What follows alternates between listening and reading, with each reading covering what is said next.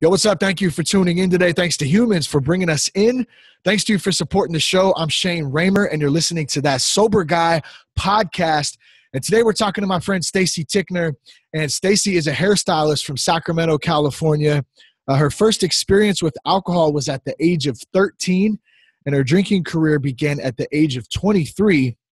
What started, like many of us, just some social drinking, eventually escalated into a drinking problem over a 10-year period, which left her unable to moderate her own use. And as the desire to stop drinking couldn't overpower the impulse to continue, she realized that she needed some help.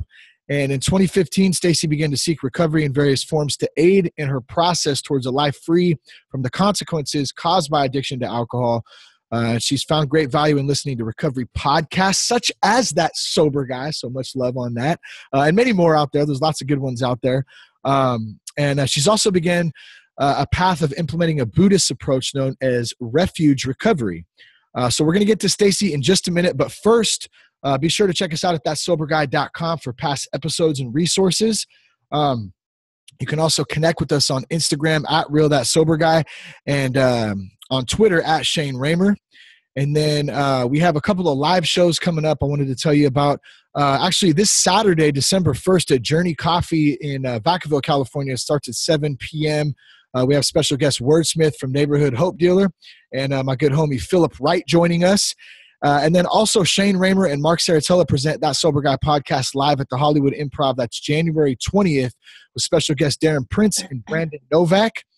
So if you want any more information about tickets or either of those shows, you can go to thatsoberguy.com/live shows, or you can go directly to the improv.com/Hollywood and get tickets for that show there. Do you need some help? You can call Foundations Recovery Network at 877-714-1318. They have nationwide residential and outpatient facilities, and we've been working with Foundations for a few years now. They're amazing people, and they're great resources, and they're here to help you. So if it's you or a loved one who's struggling with addiction, you just have some questions, feel free to reach out to them at any time. Once again, that's 877-714-1318.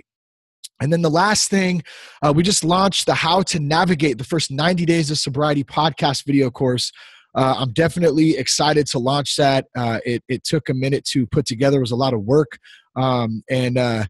I wore Wranglers and a hunting vest for like a day or two when I got out of sober because I was so fucking confused about what was going on in my life. Like, who is this new dude? Who am I? What am I doing with my life? I'm supposed to be this sober guy now.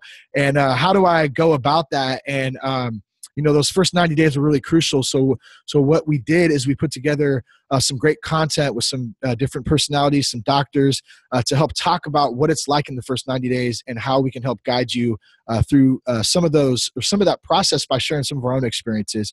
So you can get it right now for $17 through the end of the month if you go to thatsoberguy.com and click on courses. You can do that.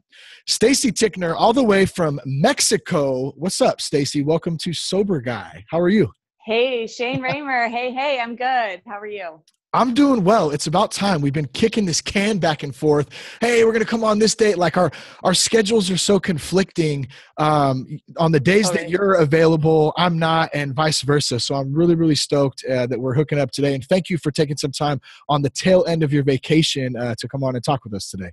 Any day. I'm super happy to be here. It feels like a milestone almost. I started my recovery listening to your podcast. So to be able to share my story on here is pretty exciting. It's kind of like getting a coin, I am very honored to hear that. That is really, really cool. And it's, there's so many podcasts and different resources out there. I think it's really great what's happening inside the recovery community and recovery industry and all, just as a whole. There's a lot of different things coming. And of course, you still got your foundational 12-step platforms. I don't think that any podcast or anything take away from any of that, but it's really nice to have additional tools to add to that kind of stuff. Absolutely. It's a good way to do my homework in my recovery. Turn on a podcast, get it in my head, start my day that way. It's been pretty helpful for me. How's your vacation been? Let's start there. I mean, Mexico, can you go wrong there? I see the background there for those watching on the video. It's pretty damn beautiful. Yeah, this is our last day here, our last full day here. So we're pretty ready to go home, but it's been wonderful. We've had a lot of experiences with the kids. We've been zip lining and climbing through caves and beach days and good food and, families here. We had our Thanksgiving here. So, Nice. Living the dream. It's been great. That's funny. You just reminded me, we went to Mexico after Jess and I got married on Thanksgiving. And Oh, no way. I got so jacked up, though, I don't remember much of it because I wasn't sober then. So, I mean, what's it like to be sober in Mexico? That's got to be something pretty cool. Yeah, it's a whole nother experience I've gone on vacations. Most of them, I don't remember much. Most of them were blown with alcohol. I made being here, I want to drink in that place and I want to drink in this place. And really it was just lost opportunity. So, early on in my recovery, I probably would have thought that I'd be suffering having this experience without alcohol. And now, it doesn't really cross my mind that I'm, here sober. It's just, it's a nice way to live my life now and just take it all in and be able to live it to the fullest. Well, I think that's good. And what that kind of says to me is that it's a lifestyle. And I think that's such an important thing. Like, it's not like, oh, I just don't drink, or I'm trying really hard not to. Now, obviously there's different stages and different times in our lives and stuff. Right. But when you make it a lifestyle of being sober and just living a life of recovery or sobriety, whatever you want to label it, it just becomes like second nature, I guess. Mm-hmm. And it wasn't that way in the beginning at all, In fact, I would avoid certain situations or, the cravings would kind of take away from the experience. And so it's nice to have gratitude to be able to be in this moment without the suffering of cravings. Yeah, sure. Mm-hmm. Well, maybe let's jump back then. That's kind of a good segue, I think, into what it was like before you got sober. Like, what was your life like, and what were some of the things that you were doing and searching for? Right. Well, so I guess if I want to start from the beginning, I was, I guess, born an alcoholic. My father was an alcoholic. He was not in my life for that very reason. But, once I had started drinking, that became very apparent that I just didn't have the couth to be a normal drinker, And so every time I did drink, which was pretty much any time I wasn't working, it was just all the way to annihilating myself. It was just blacked out drunk. So, for the 10 years that I was drinking, I don't really have a lot of sober experiences that were positive. And I started out, it was fun. I'd go dancing and, I wasn't the type of drinker to wake up next to strange men in bed or, get a DUI. I never drank and drove. And I think that because I was able to maintain it so well was the reason it became such a big problem. Yeah. I was brought up to, not really share your weaknesses with others. We were raised to, poise ourselves and, show a lot of composure. So my problem with drinking as it got worse became my biggest secret, even to my best friends and my family. And so I wasn't really able to get help because I was ashamed of it. And so, the people who were drinking around me thought it was all fun. And really, I was suffering on the inside. I was ashamed and I wanted to stop and I couldn't. And it wasn't fun. Yeah, I know that from experience myself too. And I think a lot of people have been through that same thing you're talking about, where maybe you didn't go to jail or get 3 DUIs or 1 DUI, or, some of those, they call them low bottoms, that people really lose everything. It makes it really, really easy to justify the behavior. And I, experienced that myself too. When did you start to really realize that you had a problem and that you might want to take a little bit of a deeper look into, your behaviors with alcohol? Really around the time that I tried to stop, believe it or not. I thought I could stop ahead of the game, that it wasn't really that big of a problem. I had begun isolating and, I'm a terrible loner. I don't really like to do anything by myself. I don't go to movies by myself. And when I realized that I wanted to push people away because I wanted to drink so much, just socializing wasn't a part of that. I realized that it was becoming a problem. And so, I had talked to people that I drank with and said, I'm going to try to stop drinking, and still not admitting that I had a problem. Just, I want to do it. I don't want to be hungover anymore. It's wasting my time. Yeah. And everybody was telling me like, oh, just, you just have to cut back. And the alcoholic in me was like, that's actually a great idea. I don't have to quit drinking, Yeah. And it wasn't until I tried to control it that it got completely out of control. When I started waking up with bruises on my face, I started pushing people away. I was dry heaving. I was drinking so much that it was making me sick, and I had a lot of anxiety. That was really the one thing that made me want to stop drinking, was that I was trying to treat my anxiety with drinking. No drunk person's ever complaining about their anxiety. So it was my way to make that go away. But I would wake up in the morning with a snowball effect of anxiety. So I knew that it had to stop, but it was not as easy as I thought. And it really showed me, took off the blinders as to what kind of problem I was facing. Yeah. Anxiety, that's such a big one for a lot of people out there. And if you think about just going into a social setting, a wedding, a funeral, it doesn't really matter. Alcohol is always going to be around. And then you kind of tie that part into it with social anxiety, or just anxiety with life. Then there's that tool. Okay, well, alcohol makes me feel warm. It makes me feel comfortable. It makes me feel better. And before you know it, they say it's very progressive, right? And then before you know it, it's like, wow, how the heck did I get here? Right. Yeah. Where did this come from? It wasn't supposed to be like this. We never woke up and we're like, oh man, I can't wait to grow up and have a huge problem with alcohol and drugs. That's what I'm just longing for in my life. So you mentioned, kind of inadvertently, the way I heard it was some isolation there too. Finding yourself pushing back from your friends, from, I'm not sure, friends, family, whatever. What was that like? When you start going back and wanting to be, alone? That's a really tough thing. Yeah. It just got to a point where I was drinking so fast. When I would start drinking, it wasn't really, when I started drinking. What did you drink? I drank Sailor Jerry straight out of the bottle. Damn, you're hard. Yeah.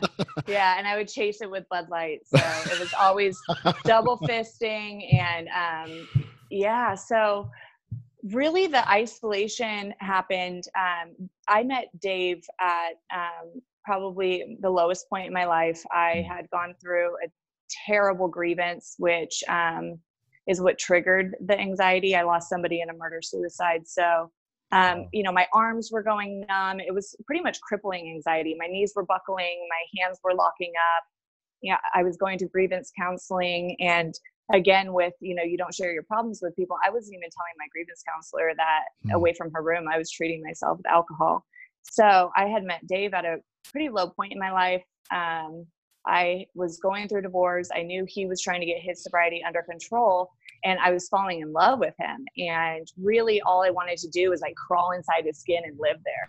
I just wanted to be around him all the time, but I was pushing him away from me. And I knew that I was probably ruining the potential of our relationship because I wanted to be drinking, and I couldn't drink around him. And drinking with my friends had become not fun. It wasn't really something that anybody was having a good time with. It was just Stacey falling all over the place and not making sense, or crying. When you get to that point where you're just crying when you're drinking, it's just not fun anymore for anybody. Yeah. No, I want to mention real quick too. So Dave, your man, your boo, my good homie, Dave Buckner. He's been on the show a couple times, episode 209 and 165. I took a quick little note of that for those out there listening, if they want to go back and hear any of Dave's story. He's got a great story too. But I mean, feel free to go as high level or just however you want to, but the relationship aspect, just in general, of trying to deal with the relationship being, addicted to alcohol or drugs versus being sober. It's, there's always challenges no matter which one you do. But when you involve alcohol and drugs into something like that, relationships can become really, really, really difficult. How was that for you guys early on, with you guys both trying to go through your own recovery? And what's up, Big Daddy Dave? I love you, buddy. It was a mess, Shane. The first year of our relationship, I hadn't even attempted sobriety before I met him. And I really took him down with me. He did not have a firm grasp on his recovery. You'll hear in his story that he was 11 years into recovery and had never accumulated a solid year. Yeah. So he used my drinking as an excuse to relapse, and I used his relapse as an excuse for me to continue drinking. So really, we were toxic in the beginning. And so it wasn't until I realized my codependent behavior in my early recovery, and Dave as well, that we decided to separate our recovery and to support each other, but to go on separate paths. We didn't have to be in the same stages as each other, and we didn't have to have the same recovery date, and we didn't have to drink when the other person did. And that was a crucial element of our success in recovery. Was to not be dependent on the other one, because it's really easy to find an excuse in somebody else to make your drinking okay. Yeah, that's good, Stacey. You mentioned the codependency aspect of it. That's such a huge part of whether you're somebody who is struggling with addiction personally, or you have a spouse or a loved one or someone. We're all kind of codependents in some sense, whether we're on either end of the spectrum. Right. I know Jess is, she's doing her own 12-step right now for codependency. And right. I'm super, super proud of her for that, because a lot of the time that gets overlooked, the spouse, the loved one. And I love that you said that you guys separated your recovery. We're one, we're a couple, we're doing life together, we're companions, all that stuff. But we don't have to do this and do it exactly the same, because it sounded like that wasn't really working anyways. Not at all. So how did that kind of progress for you guys? And how long has it been since you've been sober, by the way, too? So I've been sober for 19 months. Nice. And awesome. It'll be 20 months and 2 days. So that's Congrats. Really exciting. It's nice to hear it come out of my mouth, Yeah, that's badass. And it was really hard to accumulate my first 30 days. It took me almost a year. And it's a beautiful thing. I spent my 1-year birthday really emotional about it. I was and I'm getting emotional now. I was really proud of myself, because when you're looking at the long picture and you're at your rock bottom, it doesn't really seem very possible. And it doesn't seem like you'd make it here without cravings on the daily, to make everything about not drinking, because that's how it started. Was there something in particular? You said the first 30 days was really tough. And I know that is a huge, that's a huge step for people to even get that 30-day chip. Was there one instance or one thing that really stands out to you that kind of helped you get through those 30 days? Or was it just what was it for you? It was my mentor. I had called her after a relapse, and I talked to her about it, and she said a comment, and within that comment, she said that we're going to get you your first year. And that just sounded wild to me. And because I didn't really believe her, I didn't believe in myself, but I believed her. And so I was just like, what? I think she's right. I think I can do this. And so that's when I really started taking it seriously. It's not about these 30 days. This is about me, changing my life to being a non-drinker, being in recovery. And, that really resonated with me. It made me very hopeful. And up until then, I didn't have a lot of hope. Yeah. What do you think is, and I want to actually, before I ask the question, I kind of want to lead in with this. I started Sober Guy Radio, right? And I thought, oh man, it's just going to be a bunch of dudes that listen to a bunch of guys talk about recovery, right? And it's just kind of taken on this life of its own. And there's so many women out there who listen to the show and who are involved. Jess is really involved, and I love that. And I don't think we have enough female guests on. So I just want to say I'm really, really happy that you're on today, and thank you for coming on. Number I'm one. Honored. Number two, what do you think women struggle with the most, with addiction, with alcohol, and maybe just life in general? Is there something that, that really has hit you that you think might be able to help another woman out there who's going through it? I think the big one is women want to be strong. We're always trying to prove that we're strong. And especially right now, there's this big women's movement. And so it's kind of like going back to my childhood, how I was taught not to share my weaknesses. I think it's really hard for women to talk about the fact that they can't cope with anything, that we're numbing ourselves, that we're not perfect. Women are always trying to perceive themselves perfect. Yeah. And so the admission of weakness and not having it all together is very freeing. That was a big one for me, where I didn't have to pretend like I was perfect and had it all together, that in fact I was a mess and I needed help. Yeah, wow, it's huge. Yeah, it's just like you let that stuff go. Like just let it go. Like I don't want to worry about that. I don't have to control that. I can't control that. Right. Here's who I am. And then I know for me, like when I sobered up, that's really when I started to learn who I was. I really didn't have any idea who I was until I started to like do a little bit of work, and it's right. crazy how you find like, wow, there's this like whole new person inside of me. Yeah, I feel like I wasn't myself, who we grow to be in our recovery. I feel like that person wasn't even present in my drinking. There was no room for her. I spent so much of my time drunk, and that's just a whole nother person. And I think that our minds have a lot to do with our drinking. And so, I've learned that my mind is a roommate that I can't get rid of. And that we don't agree with, each other, and that my mind doesn't always have my best interests at heart. In fact, it's almost like a devil on my shoulder. Yeah. And so when I learned, I'm kind of jumping here, but you're fine. You're doing great. An important tool in my recovery that I picked up on wasn't even part of recovery. It was this book that I read, The Power of Now by Eckhart Tolle.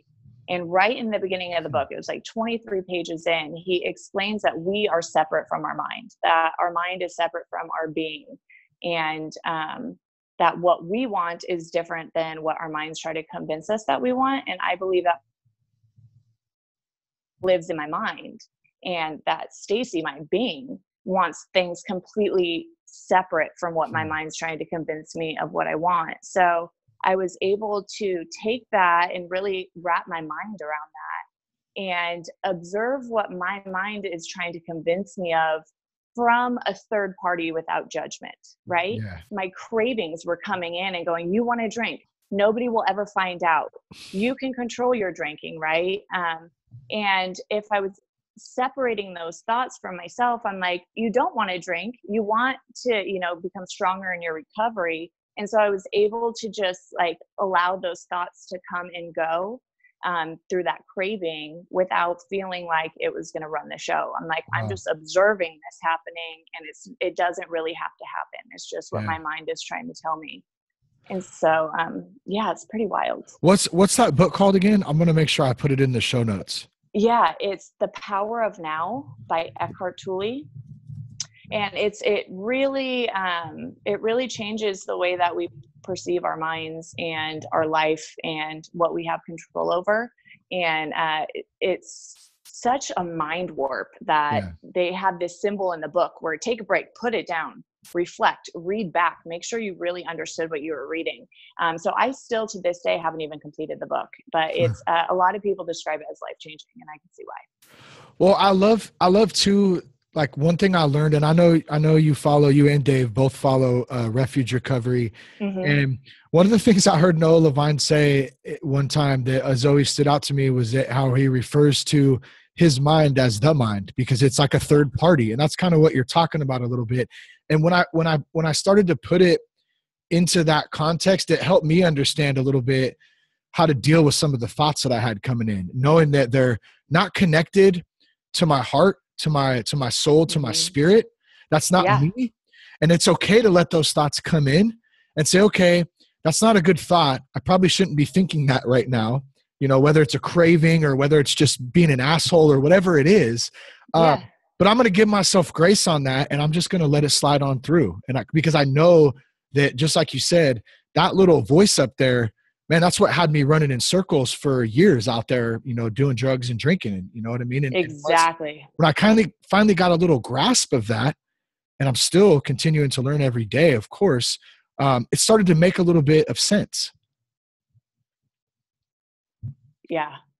I lost the audio for just a second. Okay. No, cool. I did too, actually. That was weird there for a second, but I guess that's the the beauty of Mexico to California on a Zoom call. But it's actually going better than I thought it would as far as connection wise.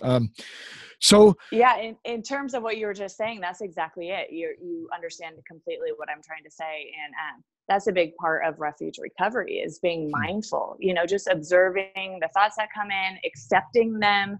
And it's been really powerful for me to separate the two, because I no longer, it's all, we talk about a lot about loving yourself and giving yourself, time to learn to love yourself. And I think that I do love myself. I think my mind's trying to convince me that I don't. Yeah. And so, being able to separate it's been really, really helpful. And even through cravings, right? I think cravings live in our minds. So early on in recovery, I would just sit through a craving, like grasping for it to pass. And now I just observe it. And I realize that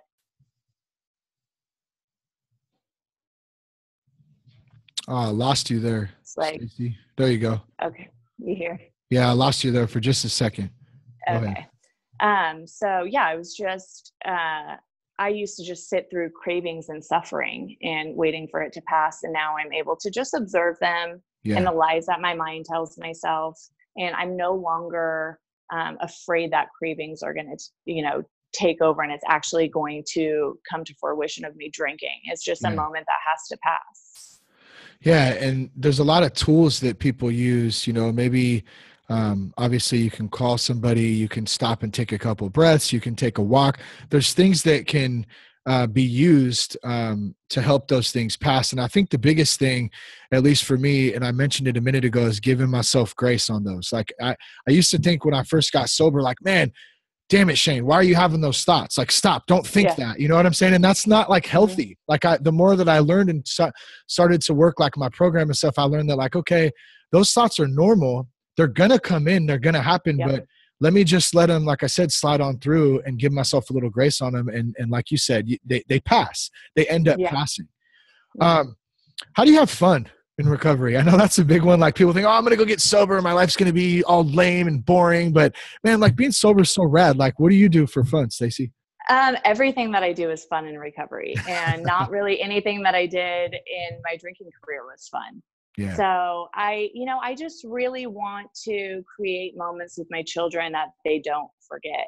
And, we were snorkeling and instead of looking at all the fish in the coral, I was watching my son look at the fish in the coral.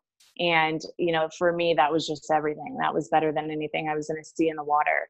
Yeah. So just, for fun, I just try to do things that I'm not going to forget and live them to the fullest and cross things off of my bucket list. But even if I'm sitting at home with my family, I think that that's fun. I'm no longer, thinking of what I'm doing, like I said earlier, is doing anything without drinking. I'm just living my life, and really with a lot of gratitude for recovery. Yeah. The colors are prettier. I feel better. I think I was really sick, I never felt good. And so I'm just really grateful to be here in Mexico with my children, with my health, with my mind getting stronger and my confidence in my recovery getting stronger. But again, not to take it for granted. I don't want to take any of this for granted. How'd you get your son out of his Hugh Hefner bathrobe? I haven't. It's never going to happen. Our baby Huey. Yeah. God, that thing's gross. We just have to keep buying new ones so, we don't get grossed out. I was cracking up when I came over to your guys' house, and he's such a nice kid and a good kid and stuff. And he's kind of, well, at least, when I met him, he's a little quiet and stuff. I'm sure he's probably not around the house or whatever, but he was just kicking it, slippers, bathrobe, just hanging out. I was digging it. Like, that was great. Like, put some clothes on, kid. Yeah. He's never going to outgrow that. It started when he was 4 and I bought him his first bathrobe, and that's just what he wears at home. It's pretty funny though. It's classic. Everybody calls him Baby Huey. Baby Huey. What's up, Baby Huey? Yeah. That's cool. Damn it. I had another question for you. What the heck was it now? That's what it was. So I wanted to ask you a little bit about business, like being a hairstylist, being in that business. That's a very demanding job. Yeah. You know, not only are you making women beautiful, you're also hearing about all their problems and their issues, and you're almost kind of like a therapist in a sense. Mm-hmm. And it's stressful at times. And, you know, I hear Yeah. Jess come home some days and, you know, she's had some long, tough days. And so I'm wondering how being sober and that kind of go hand in hand. And was it different? Were you still drinking before you were working, obviously, but how has that been for you? It's been interesting. The hard part was doing that job with the anxiety that the drinking brought to me. Mm. So, you know, I tried to hide my anxiety, and that ultimately made it snowball, you know, and you show up, you're driving to work in survival mode. Like, okay, I can do this. I'm not going to black out and have a panic attack. I'm just going to get into the flow of things. And my anxiety made a lot of things kind of go silent for me. So, you know, it was kind of like the teacher or the radio on Charlie Brown, like, wah, wah, wah, wah, wah. And that's a really hard job when you can't, you don't have the power in your mind to absorb what people are saying and then respond appropriately, especially when you're trying to hide your anxiety. So I would walk in like, don't collapse. Don't let your arms go numb. Don't like calm it on down. And then your client's like, do you think that if I wear this piece over here, see how that changes my face? Like, don't you see? And I'm like, I'm going to rip that fucking chunk of hair out.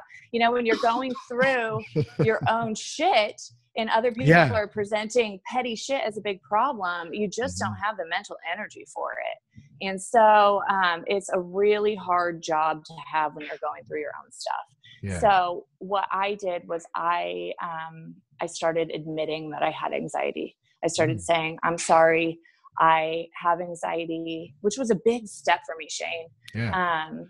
And I'm going to totally focus on your hair today. And I'm going to give you a magazine and we're just going to make you really beautiful. And I had to create that boundary of I can't take on your shit today. And usually I can. Now that's not really the case.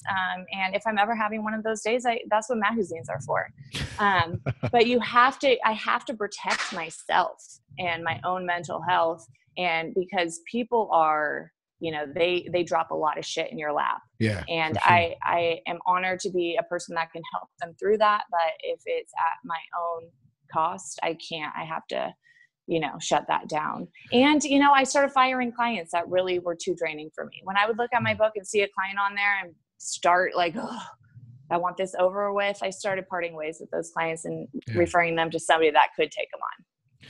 Yeah, that's good. Because you always think of, you know, that it would be the other way around. Well, a client fires their hairstylist or whatever job it is, you know what I mean? But no, that's not always the case. If it's affecting mental health or there's certain aspects that aren't working out, like you have that option too. And it's good that you recognize that because not all people can do that. Absolutely. And then on top of that, some days you probably just want to say, shut your pie hole. Here's a damn magazine. Yep. I'm going to make you look damn beautiful. You're going to walk out of here just feeling like $1 million, but I don't want to talk to your ass today. I love you. Yep. Talk. Yep. You know, usually I have a lot of gratitude for my career. I usually go, I can't believe I'm making this money to girl talk and make people look pretty. I love my job. I'm really thankful for my clients. A lot of them, we've been through a lot of shit together. You know, I'm 15 years in the industry and those people are really close and most of them are my safe space. I feel really safe being honest with them and, you know, talking to them about my problems and talking about theirs. But every once in a while you'll get a client where you're like, not for all the tea in China. Yeah. You gotta go. Were they, you let them go. Were they pretty welcoming, or I don't know if you're open with them about just your struggles with alcohol and not drinking, you're sober now. If you did talk to any of them about that, were they pretty open and like curious about it, or what was their take on it from a client perspective? Most of them are like, how the hell are you going to do that? You know, that's pretty common. What does that even look like? Yeah. And then everybody was pretty much supportive to me. A lot of people, when I wasn't honest about how bad it was, again, tried to tell me that I could just moderate it. And it wasn't until I was like, you know, because in the beginning I kind of blamed it on Dave. I was like, oh no, I'm in a relationship with a sober guy. I can't drink because I wasn't ready to admit my own problem. But once I was like, I need to eliminate my suffering that alcohol is bringing to me. A lot of people were curious. A lot of people talked to me about their own concerns with their drinking.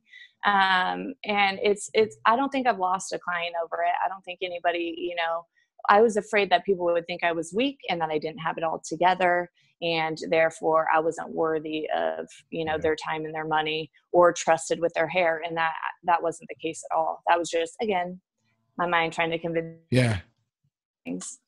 That's funny. Yeah. And it's like the complete opposite. Like people actually are interested, and they're like you said, that's a pretty common one too. Like, how in the shit are you going to do that? Like, how do you do that? I actually still ask myself that some days when I want to bang my head up against the wall and just go, how in the hell are you still sober? Because there's some challenging ass days, whether it's business or relationships or whatever, that just life in general.